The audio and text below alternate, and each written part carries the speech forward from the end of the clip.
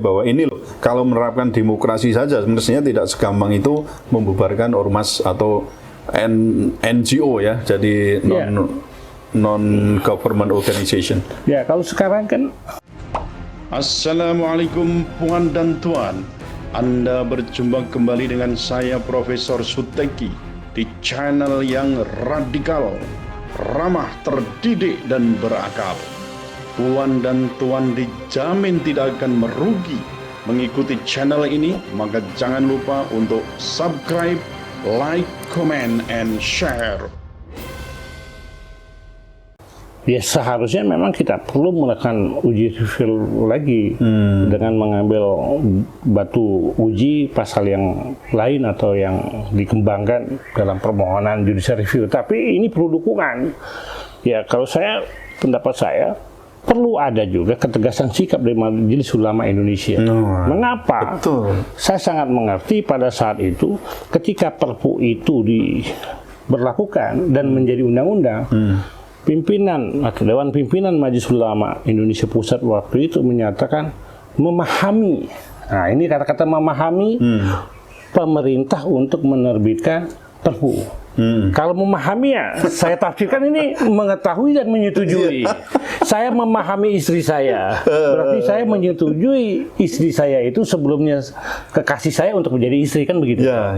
Kalau saya memahami pasti saya mengetahui. Kata memahami itu kan, dan saya mempercayai. Betul. Nah, betul. Oleh karena itu, Dewan Pimpinan MUI harus mengeluarkan fatwa tentang menyangkut nomenklatur apa yang dimaksudkan dengan paham lain yang bertentangan dengan Pancasila itu. Itu harus frasa itu harus kalau itu diberikan fatwa oleh MUI. Diserahkan pada penguasa, apakah itu cenderung penguasa akan secara gampangnya itu suka-suka kami lah untuk menafsirkan itu apa begitu? Ya, oleh karena itu perlu ada sinergitas dari ormas-ormas Islam untuk mendukung MUI mengeluarkan fatwa. Kalau mengharapkan MK, Bang? Ya, dengan dasar itu barulah kita ajukan ke MK. Jadi paralel ada sinergitas ormas Islam memintakan fatwa terhadap pemberlakuan pasal Aquo dalam undang-undang ormas. Kemudian secara paralel ya kita ajukan lagi permohonan. Kalau mengharapkan perubahan itu dari sisi legislatif apa mungkin nggak? Jadi mengubah lagi undang-undang ormas atau paling tidak ada penjelasan itulah ya penjelasan dilakukan amandemen lah terhadap undang-undang itu. Saya rasa ketiga hal itu dapat ada kita yang upayakan melalui aspek judicial, ada yang lewat legislasi kan, dan ada yang keumatan. Ya, ada yang keumatan. Tiganya ini harus kita berdayakan. Karena kadang-kadang statement-statement yang mestinya mungkin dari pihak penguasa atau rezim itu yang secara nalar kita itu tidak sesuai, tapi juga didukung oleh umat. Betul. Ya kan? Ada umat yang memang sebagian dari kita itu mendukung hal-hal yang mestinya justru itu merugikan umat. Ya, harus ada keputusan atau pernyataan setidaknya bahwa Pancasila dengan syariat Islam itu tidak dapat dihadap-hadapkan.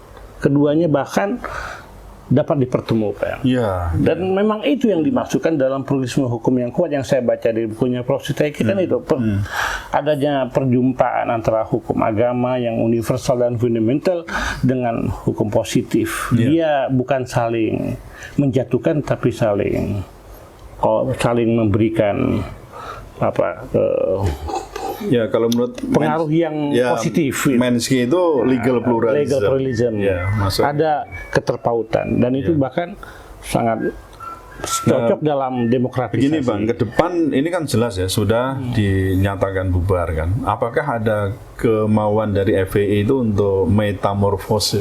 Jadi dulu kan pernah ada itu kemauan untuk membentuk namanya bukan FPI dalam arti Front Pembela Islam, tetapi Front Persatuan Islam atau istilahnya Persaudaraan Islam. Itu bagaimana? Islam. Sekarang apa namanya?